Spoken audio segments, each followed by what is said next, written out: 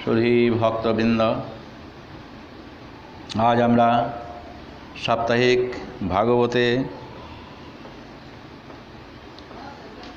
ভাগবতের রাস পঞ্চধ্যায়ে গোপীদের সঙ্গে যে ভগবান শ্রীকৃষ্ণ রাসলীলা করেছেন এবং রাসলীলায় উন্মত্ত হয়ে গোপীগণ নিজে নিজে ভাবছিলেন যে আমাদের মতো এই পৃথিবীতে এমন কে আছেন যে সৌভাগ্য আমরা ভগবান শ্রীকৃষ্ণের সঙ্গে সমবেত হয়েছি, আর কার হতে পারে। তো এই তাদের যে অভিমান, তাদের যে অহংকার, এ ভগবান সহ্য করতে পারেননি এবং সেই সবেমাত্র তিনি তাদের সঙ্গে রমণ করবেন, রাসলীলা করবেন, আর সেখান থেকে তিনি অন্তর্ধান হয়েছিলেন। এই যে ব্রজ গোপীদের সঙ্গে যে ভগবান শ্রীকৃষ্ণের যে রমণ, যে লীলা, এ মহা রাসলীলা বলে যেটা পরিচিত, এ যদি আমরা ভাগবত অনুসারে যদি শ্রবণ করতে পারি, তাহলে মহামুনি বেদব্যাস উল্লেখ করেছেন একটা শ্লোকে, বিক্রীড়িতম ব্রজবধূভিদম চ বিষ্ণু শ্রদ্ধায়ন্বিত অনুশৃণুয়াৎ অথো বর্ণয়েৎ ইয়ো ভক্তিম পরাম ভগবতী প্রতিলভ্য কামম হৃদরোগম আশু অপহিনতি অচিরেণ ধীর। যিনি এই যে ভগবান শ্রীকৃষ্ণের গোপীদের সঙ্গে যে অপ্রাকৃত লীলা করেছেন, কামদেব তাতে চেয়েছিলেন যে কামনা বাসনা জাগানোর জন্য, কিন্তু তিনি এতে অকৃতকার্য হয়েছেন। তো এই যে শ্রদ্ধান্বিত হয়ে ভগবান শ্রীকৃষ্ণের সঙ্গে যে ব্রজবধূগণ মহারাসলীলায় ব্যাপ্ত হয়ে আছেন, তা যদি কেউ এই ভাগবতের রাস পঞ্চ অধ্যায়ে ব্রজবধূদের সঙ্গে শ্রীকৃষ্ণের যে অপ্রাকৃত ক্রীড়া বা লীলা, যেটা মহামুনি ব্যাসদেব রচনা করেছেন এবং তার সুযোগ্য পুত্র শুকদেব মুনির মাধ্যমে প্রচারিত হয়েছিল পরীক্ষিত মহারাজের সভায়, তা যদি কোনো ভক্ত, শুদ্ধ ভক্ত যদি শ্রবণ করেন, অথবা শ্রবণ কীর্তন যদি হয়, তাহলে সেই পরম ভক্ত, পরম পুরুষ ভগবানের যথেষ্ট পরাভক্তি তিনি লাভ করে হৃদরোগম আশু অপহিনতি অচিরেণ ধীর, যে হৃদরোগরূপ জড় কামনা বাসনা, এইটাকে তিনি শীঘ্রই দূর করে থাকেন। তো আসুন আমরা পরবর্তীতে অন্তর্ধানের যে কিছু অংশ আমরা গত সপ্তাহে আলোচনা করেছি, এই সপ্তাহে অন্তর্ধানের ভগবান শ্রীহরি শ্রীকৃষ্ণ ব্রজগোপীদের কাছ থেকে তিনি যখন লুকিয়ে পড়েছেন, তখন ব্রজবধূগণ যে বিলাপ করেছিলেন এবং তারই ভাগবত অনুসারে আমরা কিছু আলোচনা করব। আপনারা আমাকে আশীর্বাদ করবেন, আমি যেন কৃষ্ণ কথা বলতে পারি। বাঞ্ছা কল্পতরুভ্যশ্চ কৃপা সিন্ধুভ্যৈব চ পতিতানাং পাবনেভ্যো বৈষ্ণবেভ্যো নমো নমঃ। শ্রীকৃষ্ণ বিরহিণী ব্রজাঙ্গনাগণ উন্মত্তের ন্যায় বনে বনে যখন তারা শ্রীকৃষ্ণকে অন্বেষণ করলেন এবং অন্বেষণ করতে করতে বিরহ দুঃখ কাতরতায় অতিশয় কাতরা হয়ে পড়লেন এবং তারা তখন শ্রীকৃষ্ণকে না পেয়ে, কেউ কেউ তখন পূর্বে শ্রীকৃষ্ণ ব্রজগোপীদেরকে নিয়ে অথবা ব্রজ বৃন্দাবনে শ্রীকৃষ্ণ যে সমস্ত লীলা করেছেন সেইগুলা তারা স্মরণ করে করে মাঝে মাঝে সেই স্মরণ অনুসারে, অথবা তারা মুখ্যত কেউ কেউ কৃষ্ণের মতো রূপ ধারণ করে তারা তখন সেই স্মরণ করতে লাগল।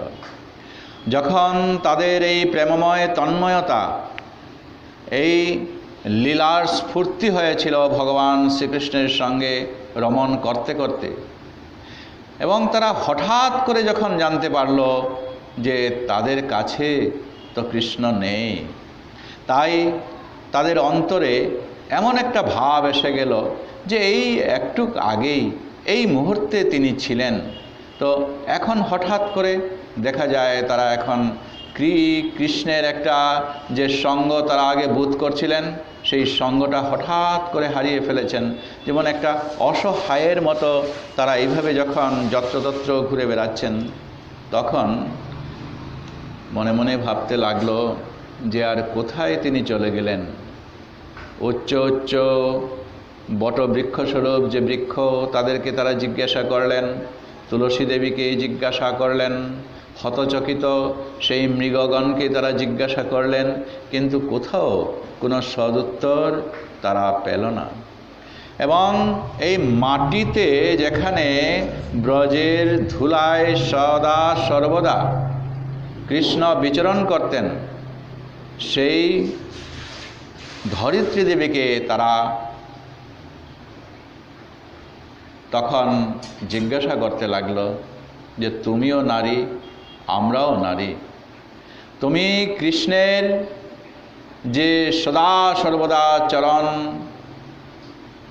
সব সময় শ্রীকৃষ্ণের চরণ তোমার উপরে ফেলে রেখেছেন, কত বড় সৌভাগ্য। এমন কোন তপস্যা তুমি করেছ যে সদা সর্বদা কৃষ্ণ তোমার উপরে বিচরণ করে থাকেন। এবং আমরা আরও শুনেছি যে যখন বলি মহারাজের সভায় বামনদেব এসেছিলেন এবং তিনি ত্রিপদ ভূমি রাখবার জন্য যখন বলিরাজের কাছে যাচনা করেন, তখন বলি মহারাজ তিনি দান করতে যখন উদ্যত হলেন, এই সমস্ত শশাগরা পৃথিবীর বুকে ভগবান তাঁর চরণে ব্যাপ্ত করেছিলেন। গতিকে যে এই এত বড় সৌভাগ্য তোমার সমস্ত সীমাব্যাপী ভগবান তোমার উপর চরণ নিক্ষেপ করেছে, এমন কোন তুমি তপস্যা করেছ সেটা দয়া করে আমাদেরকে বলে দাও, এবং আমরা সেই পথে অগ্রসর হলে যেন ভগবান শ্রীকৃষ্ণকে আমরা পেতে পারি। কোনো কোনো গোপী তখন ওই স্মরণ করতে লাগলো যেখানে কালীয় হ্রদে তারা তখন ভগবান শ্রীকৃষ্ণ কালীয় নাগের উপর নর্তন করেছিলেন, এবং সেই রাত্রে যখন তারা ছিলেন তখন হঠাৎ মধ্যরাত্রে দাবাগ্নি এসে গিয়েছিল। সেই দাবাগ্নি স্মরণ করে হঠাৎ বলল, সেই দাবাগ্নি আমাদের কাছে আসছে, তোমরা চক্ষু মুদ্রিত করো। সঙ্গে সঙ্গে তখন কৃষ্ণ অনুকরণে এক গোপী তখন দাবানল পানের অভিনয় করতে লাগলেন। অবশেষে দেখতে পেল যেহেতু ভ্রান্ত, এ আর অভিনয় করে কি আর কৃষ্ণকে পাওয়া যায়। এই অবস্থা, এই উন্মাদ দশা ব্রজের গোপীদের যখন হয়ে গেল, তখন কৃষ্ণ তন্ময়তায় কিভাবে তারা শান্তি পাবেন, নানা কথা নানা অজুহাত তাদের কাছে আসতে লাগলো। এবং এই ব্রজের গোপীগণের কাছে কৃষ্ণ অনুসরণ, কৃষ্ণ লীলা চিন্তন ছাড়া তাদের কাছে আর অন্য কিছু নেই বলে তারা তখন এইভাবে আমি কৃষ্ণ বলে কেউ কেউ অনুকরণ করছে, কেউ বাঁশরি হাতে অঙ্গুলি বর্ধনে বাঁশরি বাজাচ্ছে। এইভাবে করে করে কৃষ্ণ বিরহিণী ব্রজবনিতাগণ শ্রীকৃষ্ণের লীলাসমূহ তারা তখন কীর্তন ও অনুকরণ করতে লাগলেন। আর এই বৃন্দাবনের যত বৃক্ষ লতা আদি আছে সমস্তকেই তারা তখন লক্ষ্য করে বিভিন্ন কথা প্রশ্ন তারা করলেন, কিন্তু সব জায়গা থেকে তারা তখন নিরুত্তর হয়ে আর ভগবান শ্রীকৃষ্ণের হদিশ তারা আর পাচ্ছিলেন না।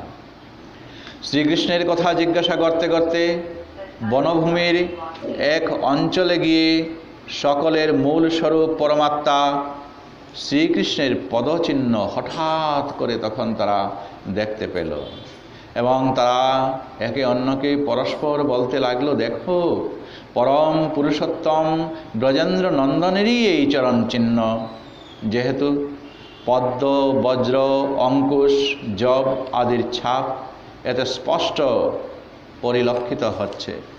তাই আজ দেখো সেই শ্রীকৃষ্ণের যুগল চরণ যদি আমরা দর্শন করতে পারি বলে সেই শ্রীকৃষ্ণের চরণ ছাপে গিয়ে তারা তখন ওই চরণ ছাপ সবাই তখন গিয়ে ওইখানে তখন লক্ষ্য করতে লাগলেন। শ্রীকৃষ্ণের চরণ চিহ্ন মাহাত্ম্য তারা তখন বলতে লাগলেন যে দেখো শ্রীকৃষ্ণের এই চরণের মধ্যে বিজয় ধ্বজ ধারণ করে তার শ্রীচরণ আশ্রিত ভক্তদের এই যে বিজয় ধ্বজ, ভগবান শ্রীকৃষ্ণের চরণের নিচে ওই পতাকা, ধ্বজ মানে পতাকা, পতাকা আছে। এই পতাকাটা কি বোঝাচ্ছে? যে এইটা ভক্তদের অভয় প্রদান করছেন এবং মনোভ্রমরকে প্রলুব্ধ করার জন্য এই তার পদচিহ্নে এইরকম করে তিনি ধারণ করেছেন। সর্ববিধ পাপ পর্বত চূর্ণ করার জন্য এই বজ্রচিহ্ন, এই মদমত্ত হস্তিকে বশীভূত করার জন্য অঙ্কুশ, ভগবান শ্রীহরির চরণে ধ্বজ, বজ্র, অঙ্কুশ, ধনু এইভাবে এগুলো আছে। তো এইগুলা এখন তারা আলাদা আলাদাভাবে এই ভগবান শ্রীকৃষ্ণের চরণ দর্শন করে তারা এইগুলা নিরীক্ষণ করছে এবং কেন আছে সেটা একে অপরকে তারা তখন বলছে।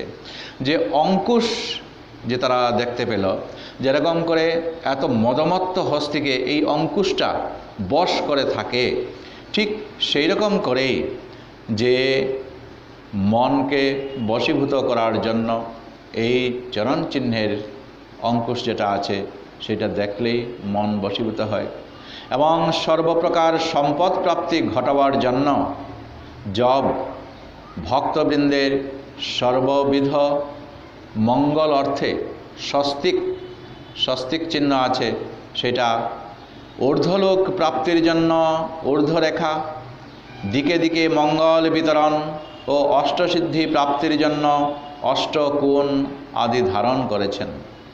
তার শরণাগত ভক্তগণকে রক্ষা করার জন্য তিনি ধনু, শঙ্খ, চক্র চিহ্ন, সুদর্শন চক্র তার এই চরণ পাদতলে সেটা আছে, এই চরণ চিহ্ন। এটা তো এই ভক্তদের রক্ষা করার জন্য এবং এই চক্রকে আদেশ দেওয়া আছে যে ভক্তদের যেন আর বলতে না হয়, ভক্তদের রক্ষা করার জন্য এই সুদর্শন চক্র। সেই সুদর্শন চক্র চিহ্ন আজ ছত্র ধারণ করে আছে।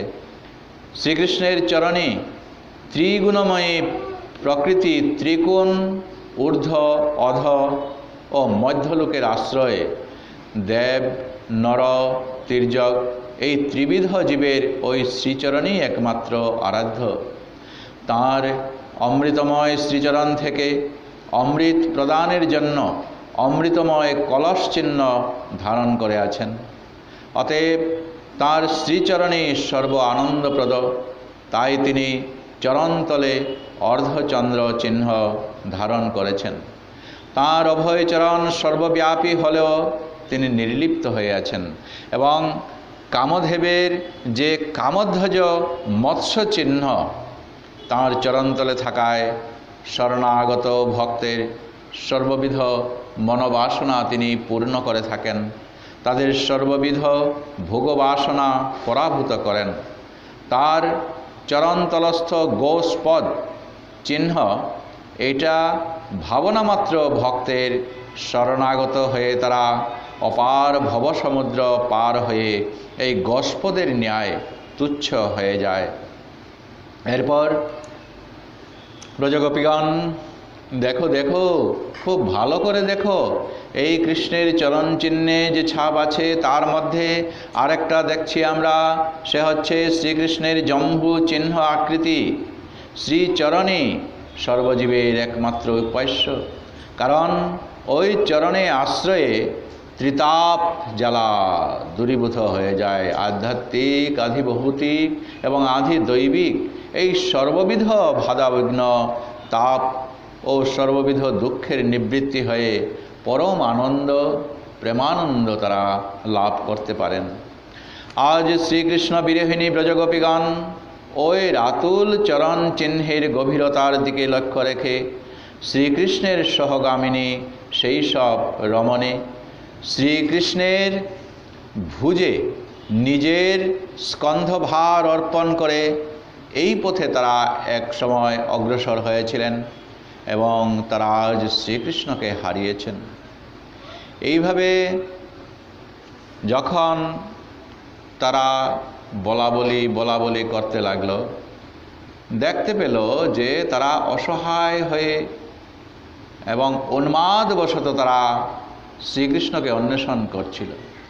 সেই অন্বেষণের মধ্যে দেখা গেল যে তাদের সঙ্গে তো শ্রীমতী রাধিকা নেই, এবং তারা মনে মনে ভাবতে লাগলো যে দেখো, আমাদেরকে এইখানে রেখে শ্রীকৃষ্ণ আমাদের সঙ্গে মিলনের চাইতে পরম আনন্দ লাভ করার জন্য শ্রীমতী রাধিকাকে নিয়ে তিনি এইখান থেকেই অন্তর্ধ্যান হয়েছেন।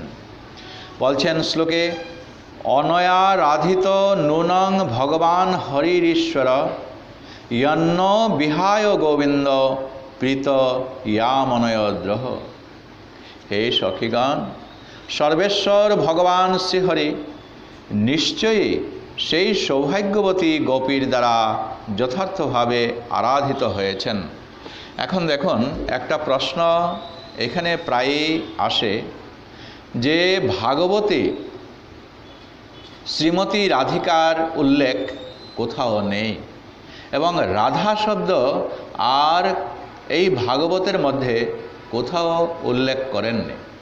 তো এই কারণেই এই ভাগবত আলোচনা করতে গিয়ে কেউ কেউ বলেন যে শ্রীমতী রাধিকা ছাড়া এ আবার কেমন করে এই রাসলীলা হয়ে গেল, এবং তিনি যদি সেই রাসলীলা করে থাকেন ব্রজগোপীদের সাথে, তো তিনি কেন শ্রীমতী রাধিকাকে তিনি এখানে উল্লেখ করছেন না মহামুনি ব্যাসদেব? তো সেইটার পরিপ্রেক্ষিতে বিভিন্ন পণ্ডিতগণ এরকম করে আলোচনা করেছেন যে রাধার কথা তিনি এইখানে আনতে যাবেন কেন এবং তিনি আনবেন কেন?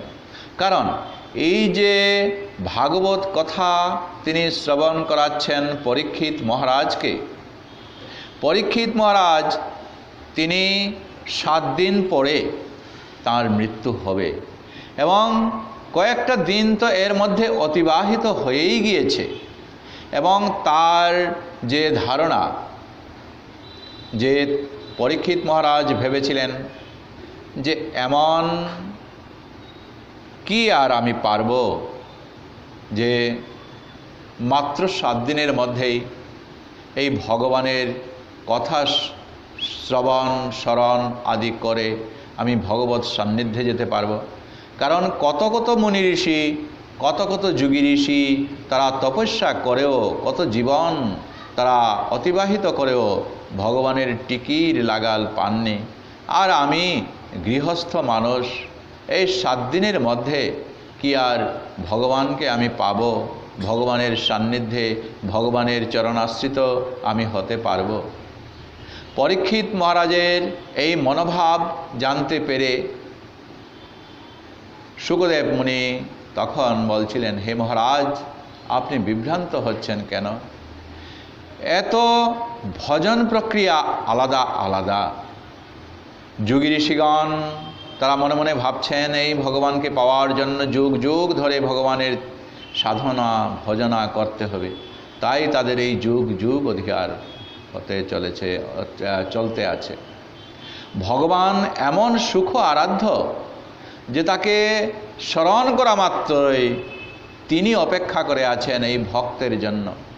ভক্ত যেরকম করে ভগবানকে তিনি চাইছেন এবং ভগবানের কাছে যাওয়ার জন্য তার যতটুকু আগ্রহ, যতটুকু প্রেরণা, তার থেকে শত শত গুণ ভগবানও অপেক্ষা করে আছেন এই ভগবত ভক্তকে কখন আমি কাছে পাই। আর এই কারণেই এই ভগবত ভজন প্রক্রিয়া অত্যন্ত সোজা। যে আপনি বিশ্বাস করুন হে পরীক্ষিত মহারাজ, যদি এই ভগবত আলোচনায় যদি একটু মনোনিবেশ করতে পারেন, তাহলে কি হবে, অনায়াসেই আপনি এই ভগবানের সান্নিধ্যে আপনি অগ্রসর হতে পারবেন, এত নিশ্চিত। তাই আজ সেই ভগবানের কথা আলোচনা করতে গিয়ে এই পরীক্ষিত মহারাজ বলছেন যে সুখ আরাধ্য সেই ভগবানের। এবং তিনি যখন মৃত্যু পথযাত্রী সেই পরীক্ষিত মহারাজকে ভগবানের কথা বলতে যাচ্ছেন, আজ এমন এক পর্যায়ে, এমন এক পরিবেশে তিনি এসে গিয়ে ভগবানের লীলা বর্ণন করছেন, যে ব্রজের গোপীদের সঙ্গে যে লীলা করছেন এ অত্যন্ত আনন্দের, এ অত্যন্ত তুঙ্গের, এ কামনা বাসনা রহিত হয়ে আজ সেই ব্রজবধূদের সাথে, যেখানে কামদেবও আজ এখানে অকৃতকার্য হয়েছেন, ভগবান শ্রীহরির সান্নিধ্যে এসে ব্রজের গোপীগণ তারা মনের আনন্দে আজ বিহার করছেন।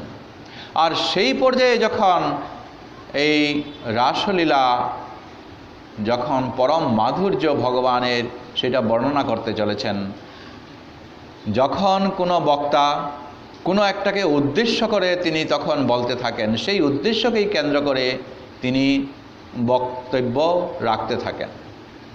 আজ পরম বক্তা শুকদেব মুনি পরীক্ষিত মহারাজের কাছে তিনি যে ভাগবত কথা শ্রবণ করাচ্ছেন, তার কি উদ্দেশ্য? উদ্দেশ্য একটাই, যে এই গার্হস্থ্য ধর্মে থাকা, জাগতিকে থাকা সেই পরীক্ষিত মহারাজকে যাতে তার মন প্রাণ নিবেশ করিয়ে কিভাবে গোবিন্দচরণে আশ্রিত করানো যায়, এবং সেই মৃত্যুর চাইতেও আরও বেশি আনন্দ, সেই আনন্দে তাকে গিয়ে পৌঁছানো। রবীন্দ্রনাথ তো বলে দিয়েছেন, তাতে মরণ রে তুহু মম শ্যাম সমান। এই মৃত্যুটাকে রবীন্দ্রনাথ তিনি বলেছেন, এইটা তো আমার শ্যাম নাগরিয়াকে পাওয়ার মতো, এত আনন্দের সেই মৃত্যু। তাই মৃত্যুপথযাত্রী যখন পরীক্ষিত মহারাজকে আজ শুকদেব মুনি বলতে গেছেন, কথা বলতে গেছেন ভগবানের, তার পরম লক্ষ্য হবে কি, যে সেই গোবিন্দ প্রাপ্তি তাকে করিয়ে দেওয়া, তার মনটা এমনভাবে নিবেশ করাবেন যাতে এই জাগতিকের কোনো ভাব, রমণী এবং পুরুষের যেন এই ভাবটা তার কাছে না আসে। এই কারণেই তিনি হয়তো এইভাবে সেই শ্রীমতী রাধিকা যে একান্তভাবে দেহ মন প্রাণ উজাড় করে এই কৃষ্ণ কলঙ্কিনী তিনি নাম ধারণ করেছেন, এই এতগুলা সব বর্ণনা না করে সুজাসুজি তারা যে দেহ মন প্রাণ ব্রজের গোপীগণ একেবারে নিবদ্ধ করেছেন ভগবান শ্রীকৃষ্ণের কাছে, তাদের যে ভাবনা শ্রীকৃষ্ণের প্রতি, এ একটা উচ্চাঙ্গের, এক উন্নত ভালোবাসার এ প্রেম। তাই তিনি বলছেন যে সর্বেশ্বর ভগবান শ্রীহরি নিশ্চয়ই সেই সৌভাগ্যবতী গোপীর দ্বারা যথার্থভাবে তারা আরাধিত হয়েছেন। অনয়ারাধিত নৌনং ভগবান হরি ঈশ্বর ইয়ৎ নো বিহায় গোবিন্দ প্রীত ইয়ামনয় দ্রহ। যেহেতু শ্রী গোবিন্দ আমাদিগকে পরিত্যাগ করে তাকেই প্রীতচিত্তে রমণ অর্থে নির্জন স্থানে নিয়ে গেছেন, ব্রজের বাকি গোপীগণ এই শ্রীমতী রাধিকা ছাড়া বাকি গোপীগণ তারা ভাবছে কি, যে রাধার প্রেম তো আমরা জানি, রাধার সঙ্গে তো শ্রীকৃষ্ণ সদা সর্বদা চান। এই যে ব্রজের গোপীগণ 16,108 গোপী বলে আমরা জানি, এই 16,108 গোপীর মধ্যে শ্রেষ্ঠা হলেন 108 জন। এই 108 জনের মধ্যে আরও শ্রেষ্ঠা হলেন অষ্টগোপী, ললিতা, বিশাখা, চম্পকলতা আদিগণ।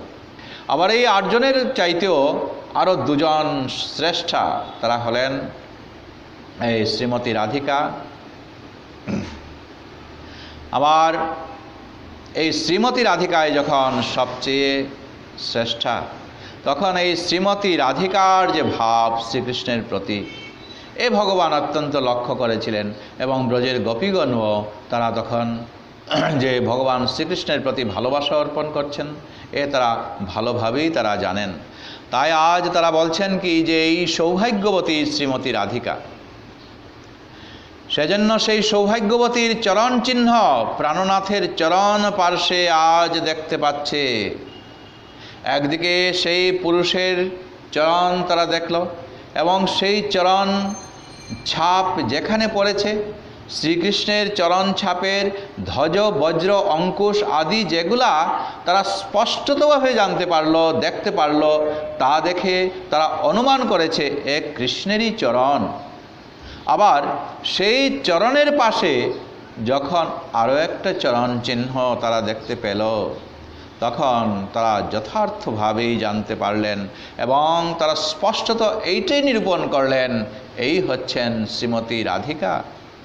শ্রীমতী বিশুদ্ধ প্রেমের দ্বারায় এই শ্রীহরিকে আরাধনা করেছেন।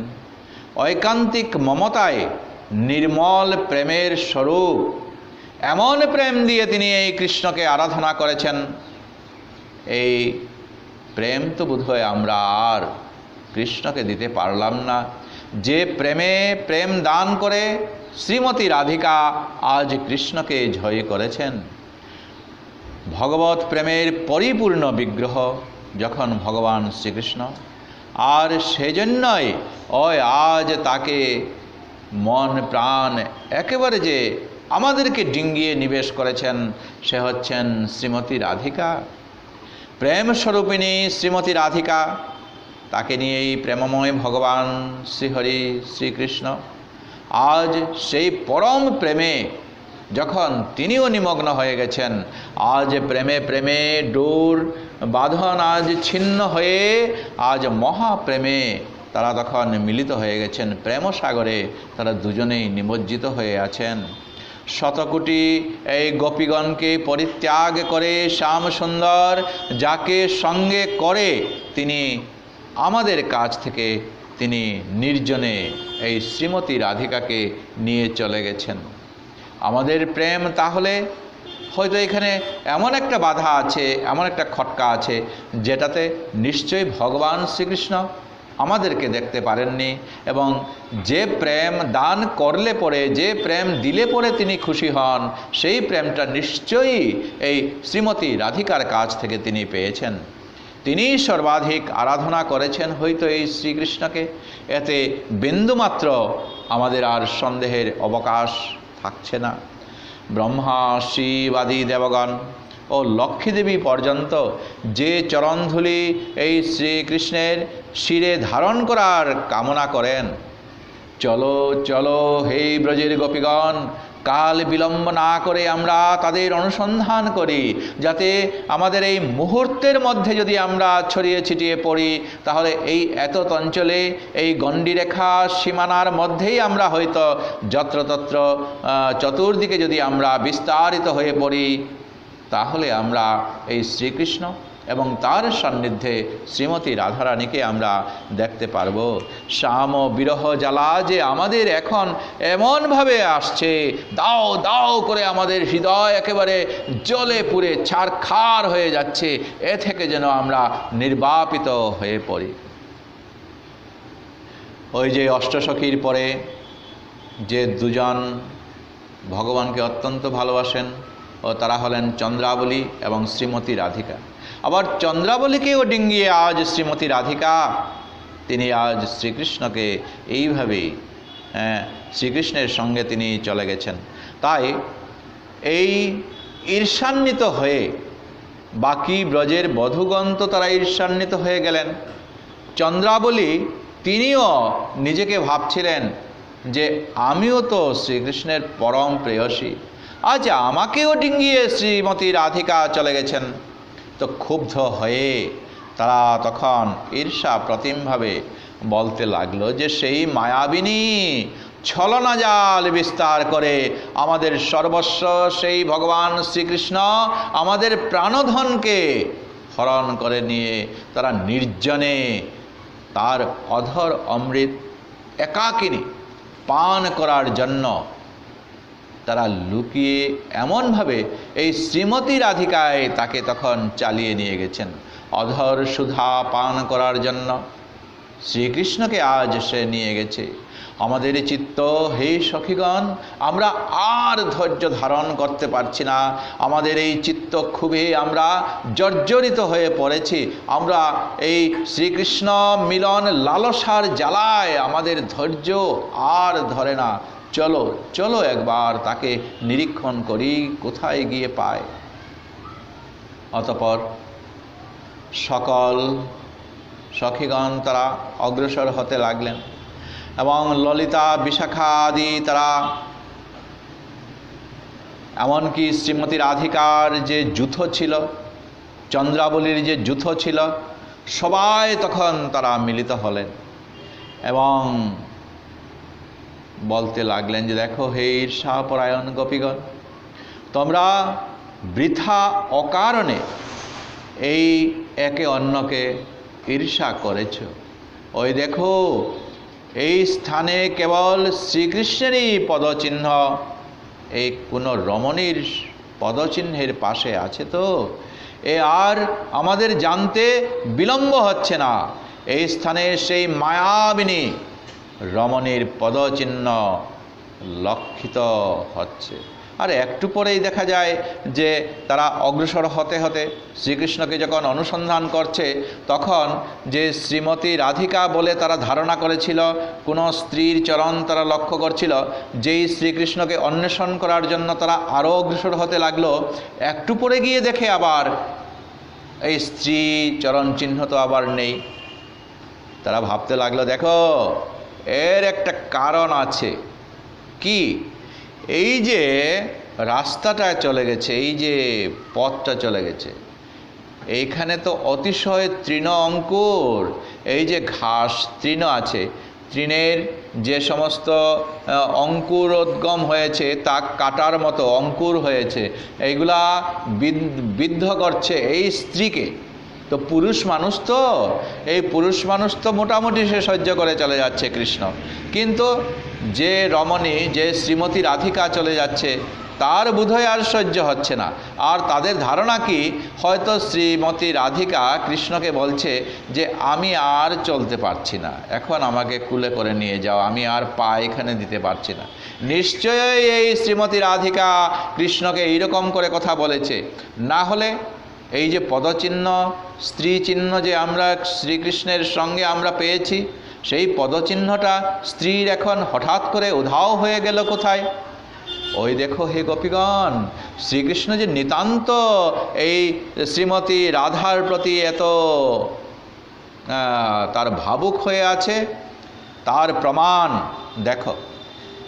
প্রিয়াকে নিশ্চয় তার স্কন্ধে উঠিয়ে নিয়ে গেছে এবং ভারাক্রান্ত হয়েছিলেন বলে তিনি এই পদচিহ্ন, পুরুষের যে এখন আমরা আগে যে পদচিহ্নের ছাপ আমরা লক্ষ্য করতাম, সেটা আর এখন দেখা যাচ্ছে না। কারণ বেশি ভার হলে তো ছাপটা ঝাপসা ঝাপসা হয়ে যায়। সিলমোহর যখন মারা হয়, বেশি জুড়ে যদি চাপ দেওয়া হয়, সেটার আর বোঝা যায় না। এখন শ্রীমতী রাধিকাকে যখন কৃষ্ণ তার স্কন্ধে উঠিয়ে নিয়েছে, ভার হয়ে গেছে, এখন কৃষ্ণের কাছে ভার এসে গেছে, তার পদচিহ্ন এখন উদাও, আর চরণ চিহ্ন বোঝা আর কিছু যাচ্ছে না। তো এই অবস্থায় কৃষ্ণকে নিশ্চয় তার স্কন্ধে এই শ্রীমতী রাধিকাকে সে উঠিয়ে নিয়ে গেছে। এই কারণেই এই কৃষ্ণের চরণ চিহ্ন ছাপ যে আগে আমরা লক্ষ্য করতাম, এটা আর এখন আর বেশি বোঝা যাচ্ছে না। দেখো দেখো ওই মায়াবী ওই শ্রীমতী রাধিকা ভুলিয়ে ভালিয়ে আমাদের কাছ থেকে কৃষ্ণকে এইভাবে নিয়ে গেছে। তবে দেখো এখন শ্রীকৃষ্ণ শ্রীমতী রাধিকাকে নিয়ে গেছেন, শ্রীকৃষ্ণের তো একটা মনের বাসনা আছে, তার রাধিকাকে তখন ফুলের মালা পরাবে। হয়তো এই কারণে ফুল তুলতে ওইখানে পাশে গেছে, ফুলগুলির পাশে কৃষ্ণ ফুল তুলবার জন্য উঁচু হয়ে দাঁড়িয়েছেন। তার পদচিহ্ন এখন অর্ধমগ্ন হয়ে গেছে। আর কিছুক্ষণ তারা অগ্রসর হয়ে সম্মুখে দেখতে পেল যে খোপার মালা। পুনরায় তখন বলতে লাগলো, দেখো কৃষ্ণ এই স্থানে প্রিয়ার কেশ প্রসাধন করতে গিয়ে চুল বেঁধে দিয়েছেন, আর দেখো এই স্থানে তিনি পূর্বরক্ষিত কুসুমরাজ দিয়ে নিজ হাতে আদর করে মালা গেথে প্রিয়ার চূড়া বন্ধনের জন্য তিনি এখানে বসেছিলেন। এই দেখো এখানে ছিন্ন কেশ আর এই ত্যক্ত ফুল এখানে পড়ে আছে, আর চুলের কতকগুলা চুল এখানে ছিন্ন হয়ে আছে।